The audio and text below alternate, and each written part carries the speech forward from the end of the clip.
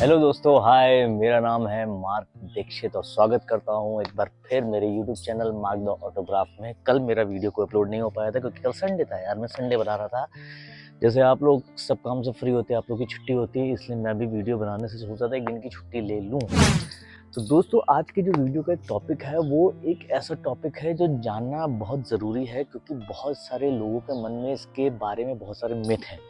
Myth in the sense कि लोग सोचते हैं कि अगर आप नौकरी कर रहे हो या बिजनेस कर रहे हो, बिजनेस मतलब रिलेटेड टू आईआईटी वगैरह से जो पास आउट होते हैं, जो बड़ा बिजनेस होते हैं, उसके लिए पढ़ाई ज़रूरी है। तो क्या बाकी कामों के लिए पढ़ाई ज़रूरी है? जैसे पॉलिटिक्स के लिए पढ़ाई ज़रूरी है, खेलकूद के लिए पढ़ाई ज़रूरी है, एक्टिंग के लिए पढ़ाई ज़रूरी है। ऐसी बहुत सारी तमाम चीज़ें होती हैं जिसके लिए पढ़ाई ज़रूरी है। ऐसे ही कुछ लोगों के मेरे पास मैसेज आए, बोला भैया कि एक्टिंग करने के लिए क्या पढ़ना ज़रूरी है क्या? मतलब पढ़ाई करना ज़रूरी है क्या? कि ज़रूरी है ग्रेजुएशन करो या ये करो वो करो? देखो यार, इसके बारे में दो बातें हैं। पहली बात, आदमी सोचता है कि मैं इसलिए पढ़ाई कर लूँ, ग्रेजुएशन करके जाऊँ या पोस्ट ग्रेजुएशन करके एक्टिंग में ट्राई करने जाऊँ। वो इसलिए क्योंकि अगर एक्टिंग में काम नहीं मिला तो कम से कम मैं जॉब करके जीवन यापन तो कर सकता हूँ। एक तो सबसे बड़ी वजह ये है, जो बहुत सारे लोग प्लान बी को लेकर चलते हैं, लेकिन जो प्लान बी को लेकर नहीं चलते हैं, सिर्फ प्लान ए यानी प्लान एक्टिंग को लेकर चलते हैं, उनके मन में सिर्फ एक ही प्रश्न होता है कि क्या हमको भी पढ़ना ज़रूरी है अगर हम नहीं करते हैं पोस्ट ग्रेजुएशन ग्रेजुएशन। देखो भाई, ऐसा है, एक्टिंग की चीज़ है वो लर्निंग की चीज़ है। एक्टिंग की स्पेशली पढ़ाई होती है। एक्टिंग माना कि एक्टिंग करने में आपको वही डायलॉग बोलने हैं जो डायरेक्टर बोलेगा, ये डायलॉग बोलो, डायरेक्टर बोलेगा यहाँ से वहाँ आओ। अब पढ़ाई कहाँ पे काम आती है एक्टिंग में, ये आपको समझना बहुत ज़रूरी है। तो आपको अगर किसी फिल्म के लिए अप्रोच किया जाता होगा और आपको बोला जाएगा कि सर ये इस साइंटिस्ट का करेक्टर है, ये इस मैथमेटिशियन का करेक्टर है, इस बंदे का करेक्टर है जो 1950 में ये था, जंग बहादुर के साथ था या वैसा था, तो आप उनको याद कर लीजिए। उनके बारे में अगर आपने पढ़ा हो तो आपको मालूम होगा। अब सबसे बड़ी बात ये आती है कि हमने पढ़ा ही नहीं, क्योंकि हम तो सोचते थे यार एक्टिंग में पढ़ाई काम नहीं आती है। अगर आपने पढ़ा होगा तो आपको उस कैरेक्टर को काम करने के लिए मेहनत कम लगेगी, क्योंकि आपको बहुत सारी चीज़ें ऑलरेडी मालूम होंगी। जो नहीं मालूम होगी वो आप यूट्यूब से सर्च मार लेंगे। अब लोगों के प्रश्न ये आते हैं कि भैया हम अगर आधा सर्च मार रहे हैं तो पूरा भी सर्च मार लेंगे। देखो यार, पूरा सर्च क्या होता है? पूरा सिर्फ सर्च मार्केट में वही इन्फॉर्मेशन मिलेगी जो आम जनता के पास है। लेकिन जब पढ़ाई कर रहे होते हैं ना, तो इन सब चीज़ों के बारे में बहुत बारीकियाँ सीखने को मिलती हैं, जो एक बहुत ज़रूरी काम आती है।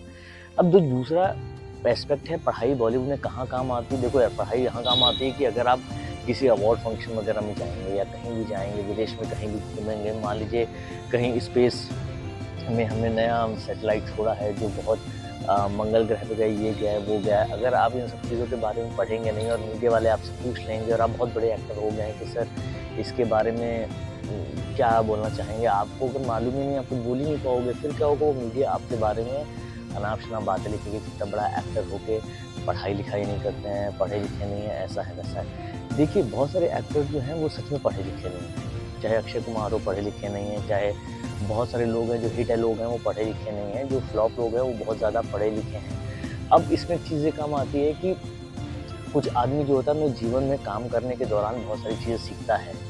आज भी शाहरुख खान जो है बहुत सारी किताबें पढ़ता है, बहुत सारी फ़िल्मों के बारे में पढ़ता है, बहुत सारी चीज़ों के बारे में पढ़ता है। उसको कोई ज़रूरत नहीं है, लेकिन वो पढ़ता है क्योंकि उसको मालूम है कि ये इन्फॉर्मेशन कहीं भी काम आ सकती है। अब अमीषा पटेल को ले लीजिए, वो सोशियोलॉजी में गोल्ड मेडलिस्ट है। पलाश सेन जो सिंगर है वो देख लीजिए डॉक्टर है। ऐसे तमाम लोग हैं जो बहुत ज़्यादा टैलेंटेड हैं और बहुत ज़्यादा पढ़े लिखे हैं। और जो सुपरस्टार लोग हैं उसमें देखिएगा कुछ नहीं पढ़े हैं, कोई बिल्कुल ही नहीं पढ़ा। देखिए, पुराने ज़माने की बात अलग थी। पुराने ज़माने में क्या होता था? पुराने ज़माने में अगर आपने नहीं पढ़ा ना, तो जीवन आपको इतना कुछ सिखा देता था कि वो आपकी नॉर्मल पढ़ाई से ज़्यादा इम्पोर्टेंट है। इसका मतलब सिर्फ यही नहीं होता कि आप 12th कर लिए, ग्रेजुएशन कर लिए, पोस्ट ग्रेजुएशन कर लिए। वो सिर्फ एक किताबी बातें हैं कि अगर आपको एक्टिंग में काम नहीं मिला तो बाहर वो मार्कशीट दिखा के आपको कुछ जॉब मिल जाएगी। लेकिन असल में जो पढ़ाई होती है ना एक्टिंग में, वो जीवन की पढ़ाई होती है। कि मतलब अगर आपको कोई स्टोरी सुना रहा है या कैरेक्टर के बारे में बता रहा है, तो आपके पास पेन और कागज़ होना चाहिए उसके पॉइंट्स नोट करने के लिए कि उसके क्या-क्या पॉइंट हैं। उन पॉइंट को मैं कैसे एक्सप्लोर कर सकता हूँ, यूट्यूब में देखने के माध्यम से, गूगल देखने के माध्यम से। अच्छा, एक प्रश्न जो है वो बहुत सारे एक्टर्स पूछते हैं कि क्या भैया एक्टिंग करने के लिए इंग्लिश आना ज़रूरी है क्या? देखो यार, इंग्लिश आना ज़रूरी नहीं है। इंग्लिश का समझ होना ज़रूरी है कि मतलब अगर कोई बंदा समझा रहा है तो आपको वो बातें समझ में आए, भले आप उसका जो अनुवाद है, उसका जो रिप्लाई है वो हिंदी में करें। एक्चुअली वो क्यों इम्पोर्टेंट है, क्योंकि जब भी हम सेट पे काम करने जाते हैं, मतलब किसी भी फ़िल्म या किसी भी ऐड या किसी भी सीरियल में गए, तो बहुत सारे टेक्नीशियन, सिनेमेटोग्राफ़र हो गए, कभी-कभी डायरेक्टर जो होता है बाहर से बुलाते हैं। ये लोग जो हो सकता है ईरानियन डायरेक्टर हो सकता है कि ब्रिटिश डायरेक्टर हो सकता है कि इंडियन ओरिजिन का ना हो, तो उन लोगों को क्या होता है हिंदी समझने में थोड़ी दिक्कत होती है। इंग्लिश में क्या है ना, वो आपकी एक्टिंग देखेगा और डायरेक्टर से डिस्कस करेगा, नहीं इसको ऐसा करना, वैसा करना, फिर 20 टेक में आपको वो इंग्लिश में समझाएगा। और आपको अगर समझ में नहीं आएगा तो क्या होगा ना कि बहुत सारे लोग, हिंदी इंडस्ट्री में एक बहुत वृहत रूल है कि आप जब भी हिंदी सिनेमा में जाएँगे ना, तो वहाँ सब आपको बैकग्राउंड में सब अंग्रेज़ी में बात करते मिलेंगे, चाहे वो असिस्टेंट हो, चाहे वो डायरेक्टर हो, चाहे वो प्रोड्यूसर हो, चाहे एग्जीक्यूटिव प्रोड्यूसर हो, सब अंग्रेज़ी में ही बात करते हैं। सबसे बड़ा जो चीज़ बॉलीवुड में चेंज होना चाहिए, वो होना चाहिए ये हिंदी इंडस्ट्री है तो हिंदी बोलिए। है ना, बहुत सारे जो छोटे-छोटे रोल भी करते हैं या हीरोइन के काम करते हैं, उनको नहीं आते इंग्लिश, मैंने खुद देखा है। तो डायरेक्टर उनको इंग्लिश में समझाता है, फिर जब वो परफ़ॉर्म नहीं कर पाते हैं क्योंकि उसमें समझ में ही नहीं आ रहा है। अब हिंदी सिनेमा बना रहे हो आप, हिंदी में हम इसको समझाओगे सामने वाले बंदे को, तो वो समझेगा तब वो इम्प्लीमेंट कर पाएगा ना। आप अंग्रेज़ी में उसे समझाओगे, उसे अंग्रेज़ी आती नहीं है, वो समझ पा नहीं रहा, कर रहा है, फिर वही चीज़ कर रहा है, आप 5-6 टेक के बाद उसका एडिट किए दे रहे हो।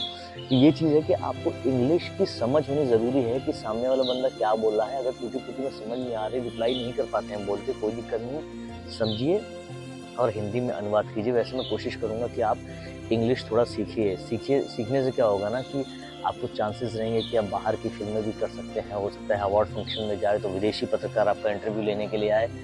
तो वो सब चीज़ें हैं, लेकिन अगर आपका काम बोलता है या आप काम से इतने बड़े एक्टर हो गए तो आपको अंग्रेज़ी, अब नवाज़ुद्दीन वगैरह को हिंदी नहीं आती थी, मतलब हिंदी आती थी, अंग्रेज़ी नहीं आती थी।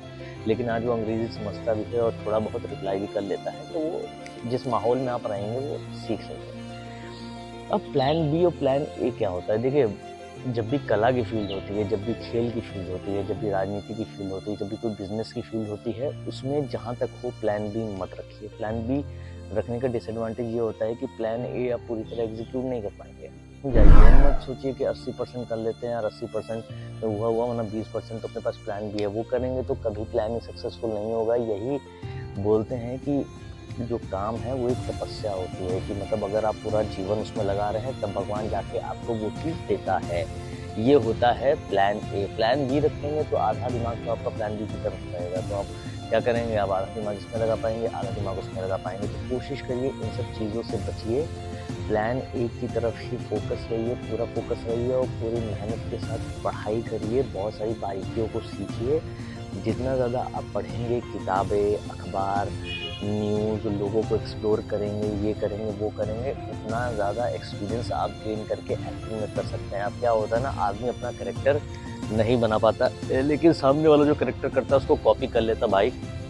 कॉपी करना, मिमिक्री करना बहुत आसान है, वॉइस निकालना बहुत आसान है, लेकिन खुद का एक कैरेक्टर डेवलप करना बहुत मुश्किल है। जो लोग आज हिट हैं, चाहे वो आशीष चिंचलानी हो, चाहे वो भुवन बाम हो, चाहे वो जो भी लोग हों, उन्होंने अपना एक कैरेक्टर बनाया है जिसको बाकी लोग कॉपी कर रहे हैं। तो ऐसा ही कुछ बनाएँगे तो लोग कॉपी करेंगे, और अपनी एक स्टाइल रखिए, अपना एक नज़रिया रखिए, अपना एक परफ़ॉर्मेंस प्रेज़ेंट करने का एक तरीका रखिए ताकि लोग आपको कॉपी करें, और जब लोग आपको कॉपी करेंगे तो सफलता बिल्कुल भी निश्चित है, ये मैं लिख के देता हूँ। तो भाई लोग, हमेशा पढ़ो, चीज़ें जानकारी इकट्ठा करो। कभी कोई किसी टॉपिक पे कहीं भी किसी समागम में या किसी डायरेक्टर के नरेशन में या कहीं भी कोई बात चले तो बढ़ चढ़ के हिस्सा लो, उसको बताओ सर मैं भी पढ़ता लिखता हूँ। तो एक वो अलग इंप्रेशन भी डालता है और एक वो भी डालता है कि यार नहीं यार, ये बंदे को जानकारी है, इसको लेते हैं। तो वहाँ पे अगर आपको एक्टिंग में काम नहीं मिला गया तो वो अपनी टीम में कम से कम जोड़ लेगा, क्योंकि आप जानकारी रखते हो। तो ये सब चीज़ें बहुत ज़्यादा ज़रूरी है। बहुत-बहुत धन्यवाद, आप मेरा चैनल देख रहे हैं, और प्लीज़ लाइक, शेयर, सब्सक्राइब कीजिए, और प्लीज़ ज़्यादा से ज़्यादा लोगों को दिखाइए, भेजिए। अगर मैं कुछ सत्य बोल रहा हूँ या अच्छी बातें बोल रहा हूँ तो प्लीज़ उसको शेयर कीजिए। बहुत-बहुत धन्यवाद। Thanks for watching.